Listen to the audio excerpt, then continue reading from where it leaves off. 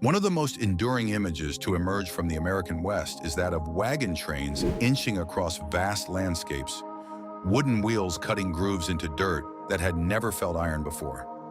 Long columns of settlers moved through open plains, deserts that seemed endless, and mountain corridors carved by wind and time. To those who traveled them, these journeys were acts of belief. They believed land equaled freedom, that distance could erase hardship, and that the horizon always held something better than what lay behind them. This movement was not accidental. It was driven by the ideology of manifest destiny, a belief system that framed westward expansion as inevitable and righteous. To settlers, the West represented opportunity, self-reinvention, and survival on their own terms.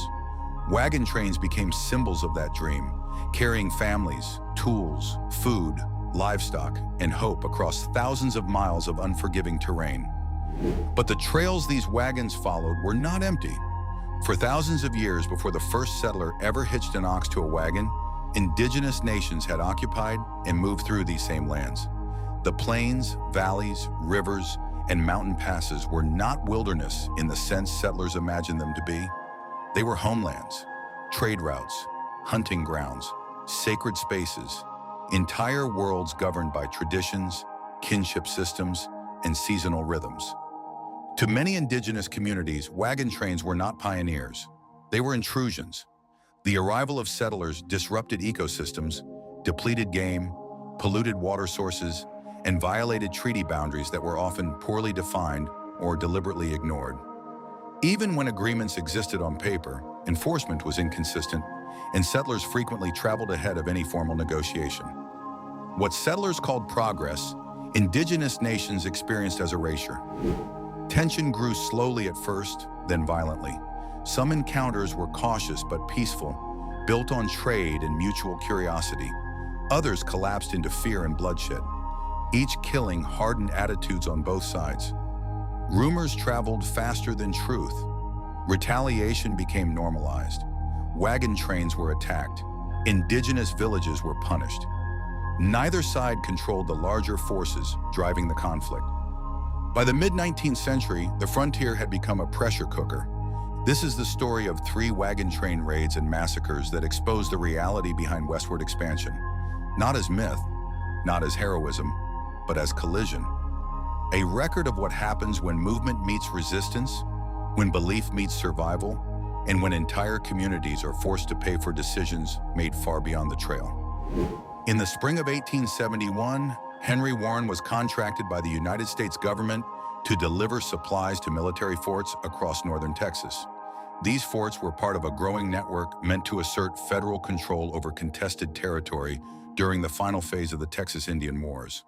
Warren's job was not glamorous, but it was essential. Corn and feed for livestock were as important as ammunition, and delays could cripple an outpost's ability to function. Warren departed with 10 mule-drawn wagons and a crew of 12 men. They followed the Jacksboro to Belknap Road, a supply route considered relatively safe by frontier standards. Safety, however, was always conditional. At the same time, a large group of indigenous warriors, primarily Kiowa, with some Comanche allies, were moving south from Indian Territory. They were led by prominent figures including Satanta, a well-known orator and war leader, Say-Tank, an experienced fighter, and Addo-Eat. Their stated intention was to return south across the Red River, but their movement occurred in the context of years of broken promises, forced relocation, and violent suppression. Earlier in May, the group observed a military inspection party led by General William Tecumseh Sherman. Despite having the opportunity to strike, they did not. According to later accounts, a Kiowa medicine man predicted that a more suitable target would soon present itself. The group waited. On May 18th, Warren's wagon train encountered Sherman's party along the road, exchanged brief words, and continued westward. Less than an hour later, near Salt Creek Crossing, the Kiowa and Comanche warriors launched their attack. The ambush was sudden and overwhelming. 7 of Warren's 12 men were killed. 3 Kiowa warriors also died in the fighting. The wagons were stripped of supplies, livestock driven off, and the remaining men scattered. 5 survivors escaped on foot, walking nearly 20 miles to Fort Richardson. When Sherman learned of the attack, he acted swiftly.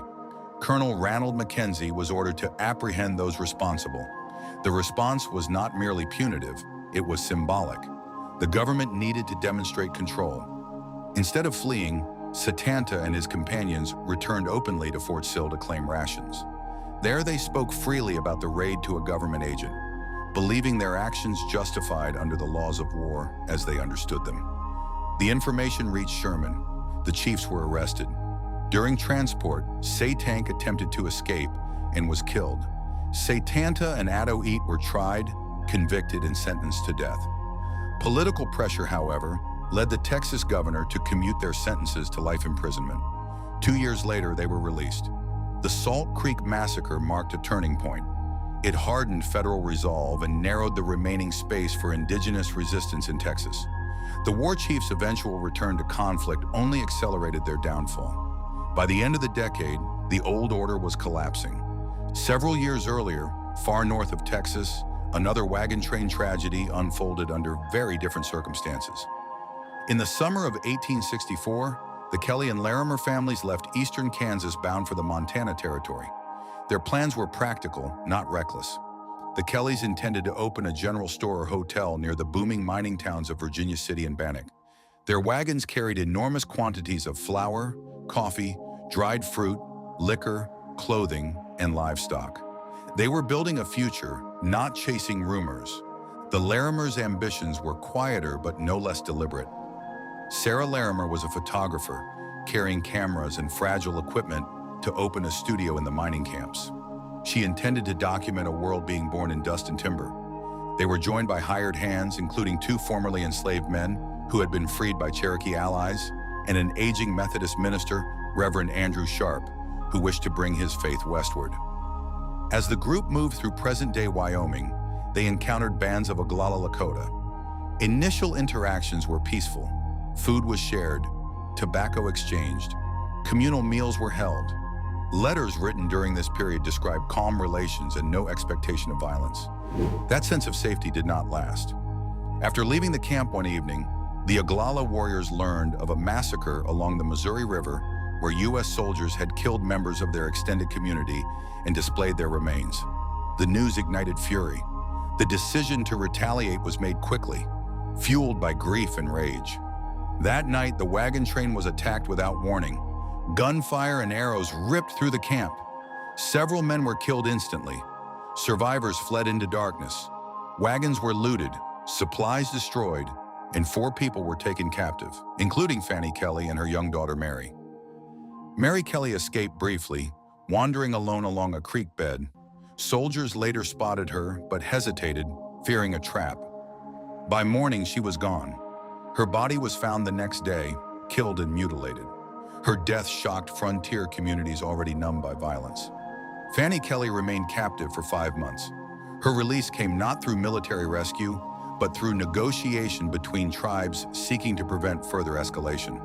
When she returned, she carried physical survival and psychological scars that never fully healed. The final tragedy would eclipse them all.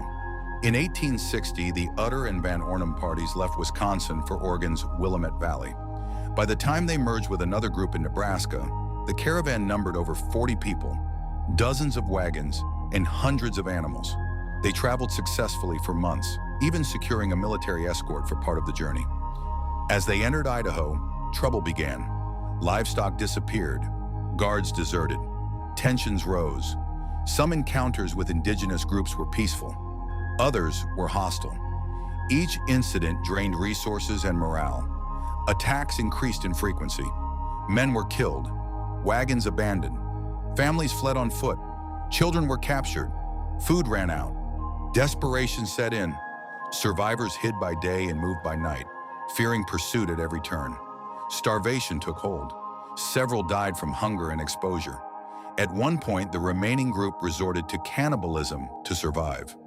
When rescue finally arrived, only 10 people were alive. The Utter Party Massacre became the deadliest wagon train disaster on the Oregon Trail. It stood as a grim reminder that the frontier did not forgive mistakes, nor did it care about intentions. These stories are not clean narratives of villains and victims. They are records of human beings trapped inside forces larger than themselves. Wagon trains carried hope, but also disruption. Indigenous resistance was not random savagery, but a response to displacement, broken treaties, and existential threat. The American West was not won, it was endured. It was shaped by fear, grief, hunger, and decisions made under unbearable pressure. The trails settlers followed were paved not just with ambition, but with loss on all sides. The frontier myth endures because it simplifies what was never simple. But the truth preserved in these tragedies tells a different story. One where progress and suffering walked side by side, and where survival often demanded choices that left no one untouched.